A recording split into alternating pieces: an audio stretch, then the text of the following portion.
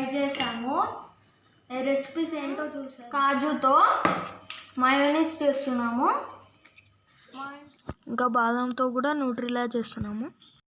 By చేసిన మయోనీస్లో oil, milk, sugar వేసారు. మేము ఈ 3 థింగ్స్ లేకుండా ఎలా మయోనీస్ చేస్తామో మీరే చూడండి. కాజుస్ తీసుకోవాలి, అన్నిటిని వాటర్లో 10 minutes నానబెట్టుకోవాలి. ఇలా 10 minutes వాటర్లో నానబెట్టుకోవాలి. కాజు నానేలోపు బాదాంని వేయించుకుందాం. ఆన్ చేసి ప్యాన్ పెట్టుకొని దాంట్లో బాదాం వేసుకోవాలి. ఇలా ఫ్రై చేసుకోవాలి. బాదాంని గ్రైండ్ చేసుకుందాం. మెత్తగా గ్రైండ్ చేసుకోవాలి.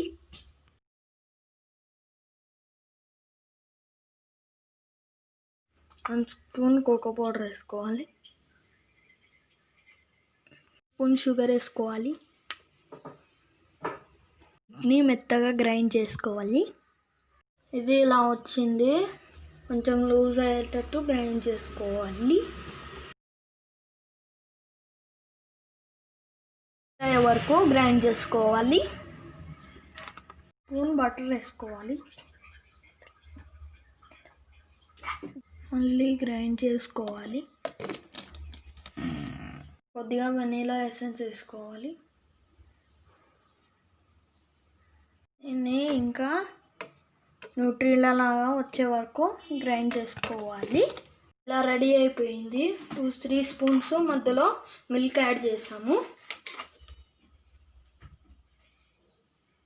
లూజ్గా అవ్వాలంటే ఇంకొన్ని మిల్క్ యాడ్ చేసుకొని గ్రైండ్ చేసుకోవచ్చు.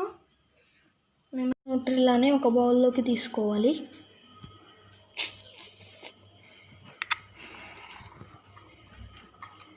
చూసారు కదా ఎంత బాగా వచ్చిందో.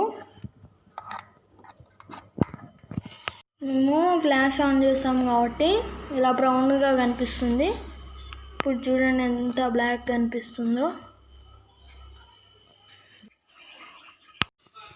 నానబెట్టిన కాజుని మిక్సీలో మిక్స్ చేసుకోవాలి. ఘాటు ఫ్లేవర్ కోసం వెల్లుల్లి యాడ్ చేస్తున్నాము. నేను వేసుకోకున్నా పర్లేదు. యాడ్ చేసుకొని మళ్ళీ గ్రైండ్ చేసుకోవాలి. కొద్దిగా సాల్ట్ యాడ్ చేసుకోవాలి. సాల్ట్ ఇంకా లెమన్ జ్యూస్ వేసుకొని గ్రైండ్ చేసుకోవాలి.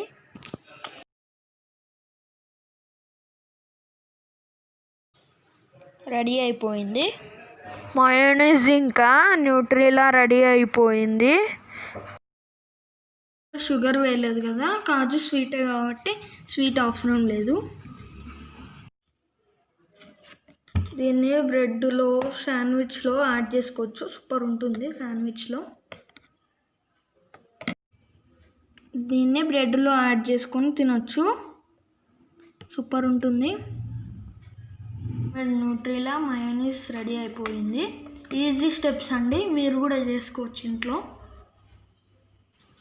వీటిని ఎయిర్టైట్ బాక్స్లో పెట్టి ఫ్రిడ్జ్లో స్టోర్ చేసుకోవచ్చు.